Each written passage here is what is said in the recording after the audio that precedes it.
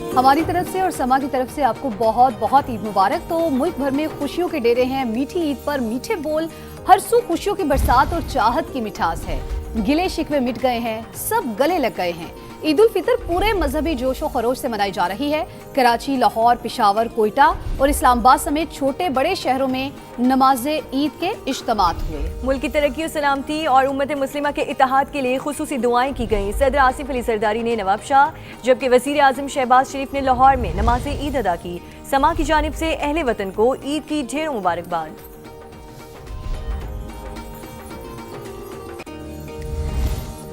पाकिस्तान की तरक्की, इससे काम और खुशहाली सबकी मुश्तरका जिम्मेदारी है। मिलकर इंसाफ और पायदार अमन को फ़रोग़ दें, मुल्क को खुशहाली की राह पर गामज़न करने में किरदार अदा करें। सदर मुमलिकत और वज़ीर आज़म का ईद पर कौम के नाम पैगाम। फील्ड मार्शल सैयद आसिम मुनीर समेत अस्करी क़यादत की भी कौम को ईद उल फितर की मुबारकबाद। कहा, फ़ौज पाकिस्तान की ईद की असल रूह वतन अजीज़ की खिदमत और दिफा है।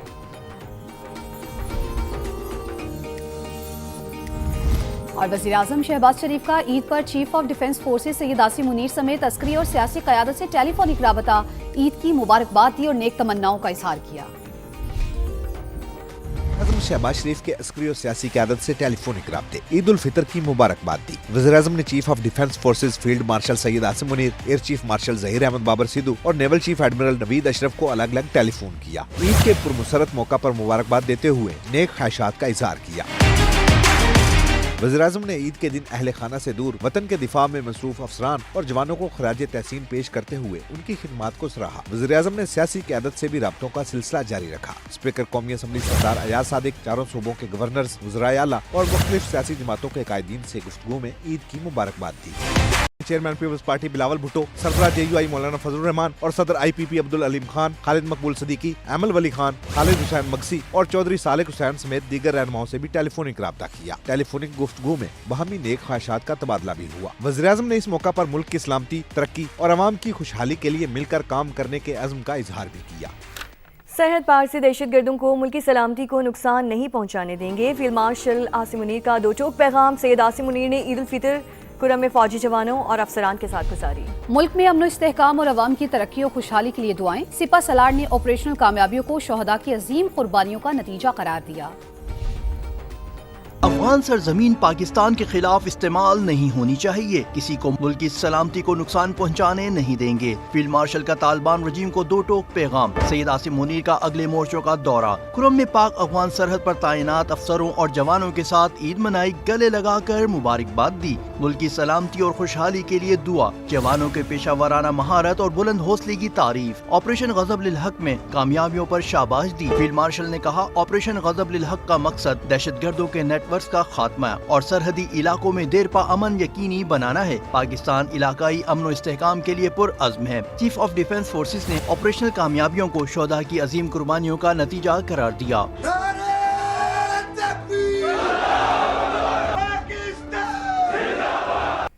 ईरान ने जंगी सलाहियतों की धाक बिठा दी, दुश्मन को बड़ा सरप्राइज दे दिया। पहली बार 4000 किलोमीटर दूर हदफ पर हमला।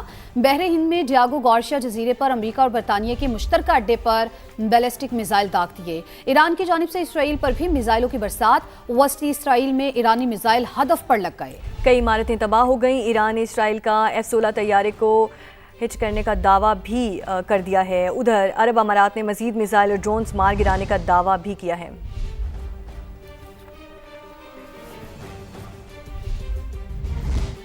अमेरिका और इसराइल तवील होती जंग में हवास खो बैठे। ईरान के नेतन्स जौहरी मरकज़ पर बमबारी कर दी। आलमी एटमी तवानाई एजेंसी के मुताबिक ईरानी हुक्काम ने जौहरी मरकज़ पर हमले से आगाह किया। हमले के मकाम पर ताबकारी की सतह मामूल के मुताबिक है।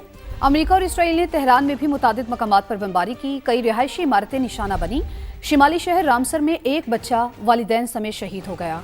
ईरान में ईद के रोज़ भी जनाजे उठते रहे। तमाम शहरों में ईद के बड़े बड़े इज्तिमात हुए। नमाज ईद के बाद शोहदा की नमाज जनाजा अदा की गई। अमेरिकी सदर डोनाल्ड ट्रंप ने ईरान के खिलाफ जंग खत्म करने का इंदिया दे दिया है। सोशल मीडिया पर जारी पैगाम में कहा है कि हम अपने मकासद के हसूल के बहुत करीब पहुंच चुके हैं। अमेरिका चाहेगा तो इसराइल भी जंग खत्म कर देगा। मशरिक़ वस्ता के इत्तेहादियों को आला तरीन सतह पर तहफ़्फ़ुज़ फराहम करेंगे। सदर ट्रंप ने कहा, आबनाए हुर्मज़ की निगरानी और हिफाजत उन ममालिक को करनी होगी जो इसे इस्तेमाल करते हैं। कहा जाएगा तो उन ममालिक की इस हवाले से मदद भी करेंगे।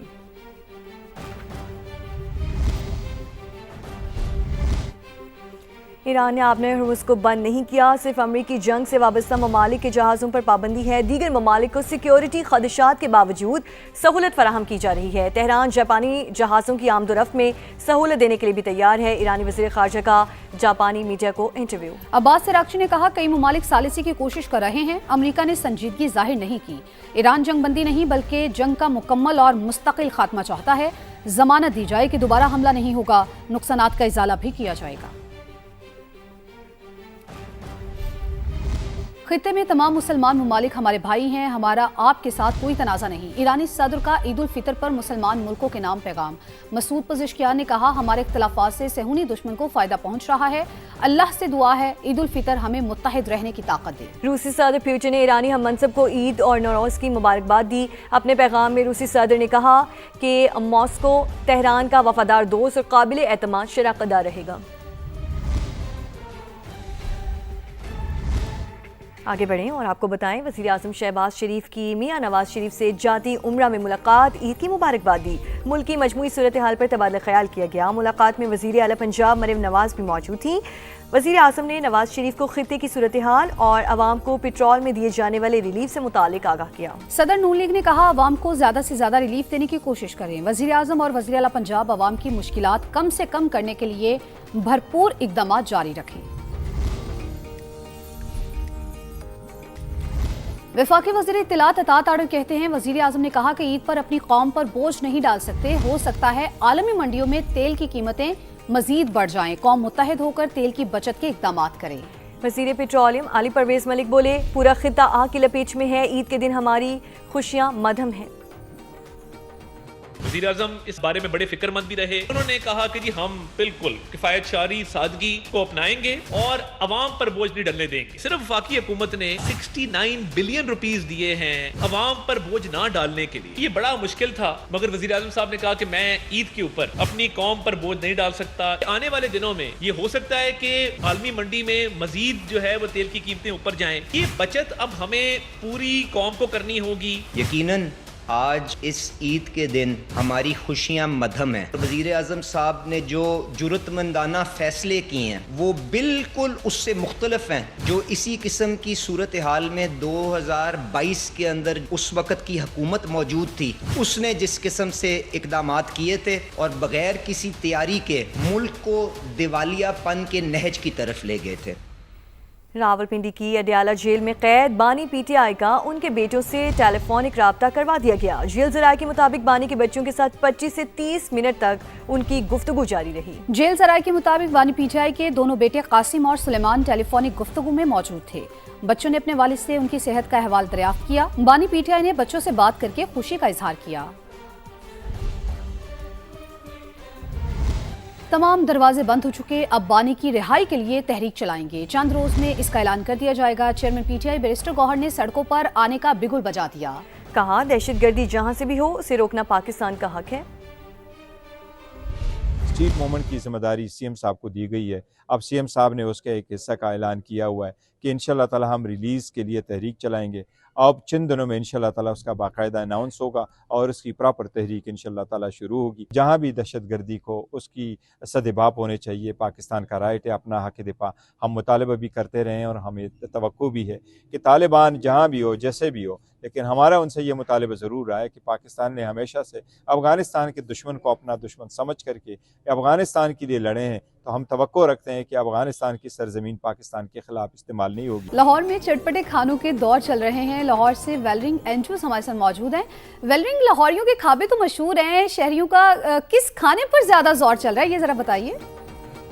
जी बिल्कुल, घरों में दावतों के बाद शहरियों की बड़ी तादाद खाबों पर हाथ साफ करने के लिए मुख्तलिफ फूड पॉइंट्स का रुख कर रहे हैं, जहां पर बारबेक्यू, कढ़ाई और तवा पीस भी खाया जा रहा है और मुख्तलिफ खानों से लुत्फ़ अंदोज़ भी हुआ जा रहा है। तो इस वक्त मेरे साथ एक फैमिली मौजूद है जो कि खाना भी खा रही है, बच्चे भी उनके साथ हैं और उनसे बात करते हैं कि किस तरह से ईद को एंजॉय कर रहे हैं। सारा दिन घर में काम करके बंदा थक जाता है ईद का दिन। फिर रात को मैंने कहा हस्बैंड से, नहीं अब रात का खाना बच्चों के साथ बाहर ही खाएंगे। अच्छा, तो बस फिर इस तरह ईद का दिन तो बहुत अच्छा गुजरा। बच्चों की तो ज़्यादा डिमांड यही होती है पिज़्ज़ा बर्गर की, लेकिन बेगम का भी मानना है तो इसलिए उन्होंने कहा था कि कढ़ाई खाएंगे आज। आपने इनकी गुफ्तगू सुनी, इनका यही कहना था कि बेगम और बच्चों की फरमाइश पर उनको यहाँ पर खाना खिलाने के लिए लेकर आए हूँ। और ख़ास करके ईद पर इसी तरह ही मज़ा आता है कि फ़ैमिली के हमरा, दोस्तों के हमरा बाहर मिलकर खाना खाया जाए और अच्छा वक्त गुजारा जाए।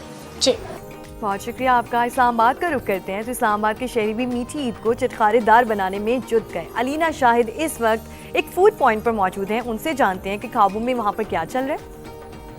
जी बिल्कुल, जैसे ईद का पहला दिन है और सुबह से ही पूरा दिन मीठा खाने के बाद और इस्लामाबाद के शहरी मुख्तलिफ पिकनिक पॉइंट्स पर घूमने फिरने के बाद इस वक्त यहाँ पर चटखारे और नमकीन ख्वाबों से महसूस हो रहे हैं। और क्यों ना हो, ईद का मौका हो और बाहर से खाना ना खाया जाए ये मुमकिन भी नहीं है। यहाँ पर मेरे साथ एक फैमिली बैठी हुई है, ज़रा हम उनसे बात भी करते हैं, उनसे जानते हैं। मुझे ये बताइएगा, मैं आपकी तरफ ज़रा आऊँगी कि ख़वातीन की बड़ी कोशिश होती है कि ईद के दिन कोई काम ना करना पड़े, खाना बाहर से ही खा रहे हैं, तो कितना मज़ा आ रहा है? बहुत ज़्यादा मज़ा आ रहा है और ईद का दिन होता है तो उस दिन भी हम लोग किचन में ही जाएंगे, इसलिए हम लोग बाहर आ गए। मुझे बताएं, मर्द हजरात के इस बारे में क्या सोचा और कितना मज़ा आ रहा है, ईद को कैसे एंजॉय कर रहे हैं? मतलब बच्चे भी इंजॉय कर रहे हैं, वाइफ भी मेरी इंजॉय कर रही है, बड़ा अच्छा लग रहा है। बिल्कुल ऐसा ही है कि जो भी इंसान करता है वो अपनी फैमिली के लिए करता है और ईद का दिन अपनी फैमिली के साथ अच्छे से गुजारें और अच्छे अच्छे खाने खाएं और ईद को भरपूर तरीके से एंजॉय करें, यही ईद का मकसद है। जी अलीना, आपका बहुत शुक्रिया। मीठी ईद के रंग अपनों के संग घरों में मोहब्बत, खुशबू और जायकों के रंग बिखर गए। फैसलाबाद की सूरत हाल हमें बताएंगे रिदा सिंधु। जी बिल्कुल, मीठी ईद के रंग अपनों के संग फैसलाबाद में भी ईद उल फितर मनाने का सिलसिला जारी है। फैमिलीज जो हैं वो इकट्ठी हैं, बच्चे बड़ों से ईदी ले रहे हैं, तो वहीं ख्वातीन जो हैं वो मीठी डिशेस बना रही हैं और सब मिल बैठकर खा रहे हैं। मेरे साथ फैमिली मौजूद है, उनसे बात करेंगे। मुझे बताइएगा कि मीठे में क्या बनाया है और क्या आपने भी हेल्प करवाई किचन में? मीठे में खीर बनी है और किचन में हेल्प करवानी पड़ती है क्योंकि डिशेस बहुत ज़्यादा होती हैं, तो कोई सिंगल पर्सन खुद सब कुछ नहीं कर सकता, तो फिर सब मिलकर ही बनाते हैं। और कैसा लग रहा है ईद मनाना? ईद मनाना बहुत अच्छा लगता है। मतलब ईद के दिन एक स्पेशलिटी होती है ईद के दिन में कि आप सब इकट्ठे होते हैं, फैमिली की गैदरिंग होती है, उसके बाद आप सबकी तरफ जाते हैं और पूरा दिन सेलिब्रेट करते हैं इसी तरह। आप मुझे बताइएगा कि फरमाइश पे क्या पकवाया आज आपने? पंजाब के लोग ज़्यादा पुलाव पसंद करते हैं, मैंने फरमाइशी पुलाव बनवाया। जी बिल्कुल, फरमाइशी प्रोग्राम्स भी जारी हैं और लड़कियों ने मेहंदी लगाई है, नए कपड़े पहने, इसके साथ साथ कश्मीरी चूड़ियों की खनक जो है वो हर तरफ सुनाई दे रही है। तो ईद मनाने का ये सिलसिला यहाँ पर जारी है। जी।